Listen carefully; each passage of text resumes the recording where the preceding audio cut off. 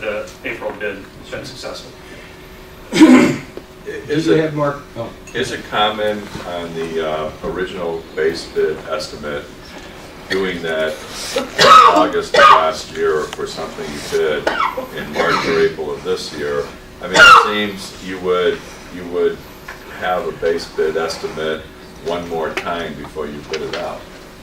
I mean, you hire a cost consultant, you give them the bids, and you say, run these numbers, and he sits in the room for 2 days and runs the numbers and gives you an up-to-date cost bids, base bid estimate.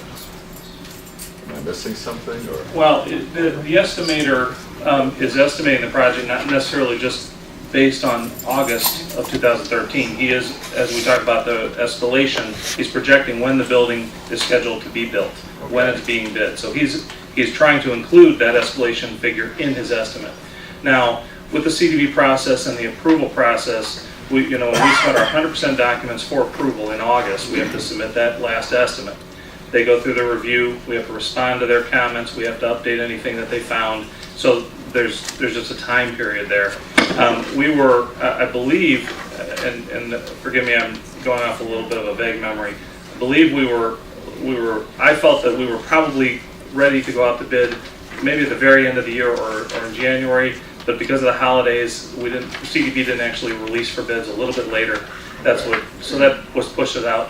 Had we gone back in February, let's say, to the cost estimator, they wouldn't have had to re-estimate. They would have simply had to say, well, do you think anything's changed with your escalation figures based on what's happening in the marketplace? And we didn't ask the question, admittedly. I don't know that they would have found any reason to make a change, but that's really the only thing we could have done at that time. Well, with the process, the way it works with CDB approvals and everything, would that step, which sounds now in hindsight to have been a good idea, but who knows at the time, would that had made any difference in the whole timeline that you're talking about with CDB? What if we did that, which now in hindsight sounds like a great idea, right, and they come along and tell you what you've learned? Well, that it's this much off. If, for example, I'd asked the estimator that, and they said, boy, you know what, we really think that the market's getting crazy right now, we need to add another some percentage, that would have automatically put us over the budget. That would have put you where you at are? the time. Somewhere in between. We're using a 3% escalation now. For the short-term schedule, we're using a 5.5% escalation. For the long-term schedule that you saw tonight, they might have said there might be a little bit of an increase. But as you saw before, we were only within like a couple $1,000s of the available funds on the project. So any increase would put us over, and essentially that would have, CDB, if we had told CDB about it, they would have said, well, okay, now I can't bid. You're telling me you're not under budget. We can't bid the project. So, So what the administration's asking here is what we need to do is send a letter to the CDB, correct, to move forward. That's the next step. Is that right? yes. So what we're asking you is for a straw poll, up or down on this. Chairman, do you want to poll the group? Well, what would the letter say? The letter would say to proceed with the option A. Well, why isn't it on the agenda? Yeah, what's the I deal? mean, why did you guys not put this on the agenda? Why isn't it on the agenda?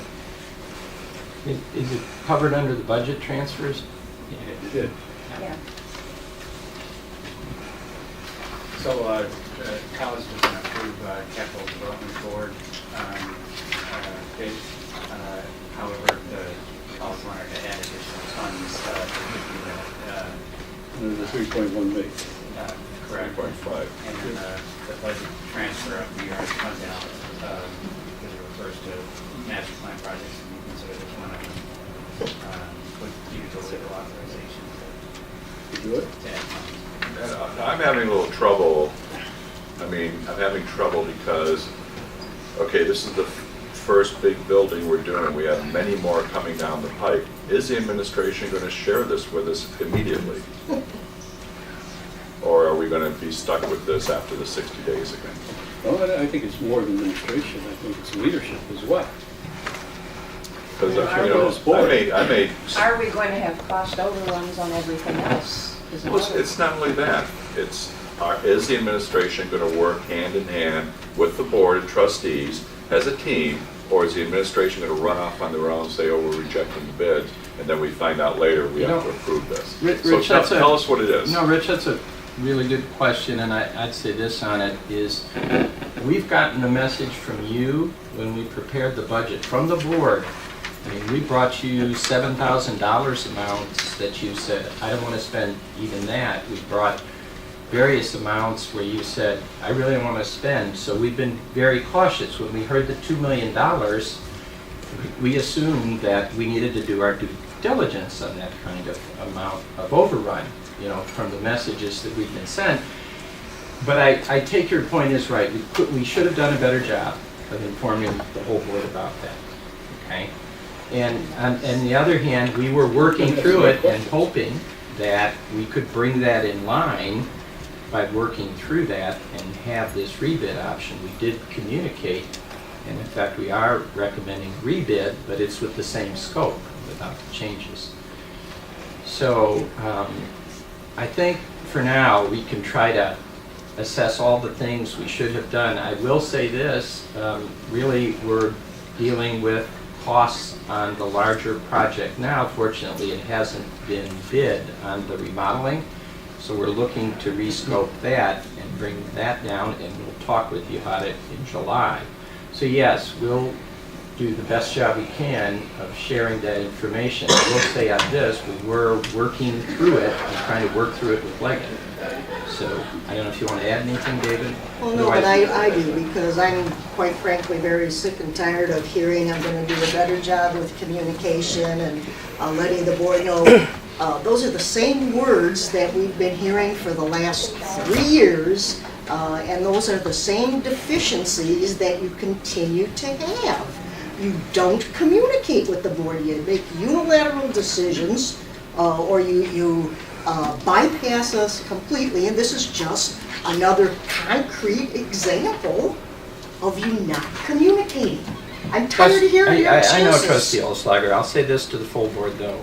I communicated everything that I had known about the project, and the information was shared in the exec staff, and then we communicated. But we can always do a better job. Who'd you communicate it to? You didn't communicate it to us?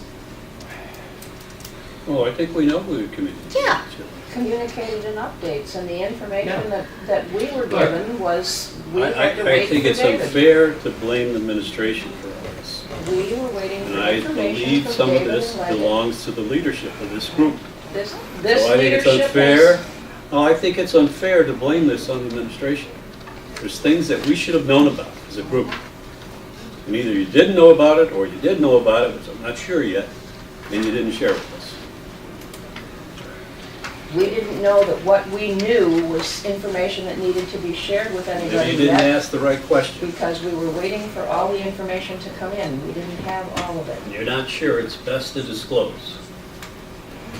I think it's unfair to blame With this the administration. administration needs to be able to know if you want to move forward with the recommendation. I ask that the chair poll everyone here, or we can wait till you vote on the budget. That would essentially be the same thing.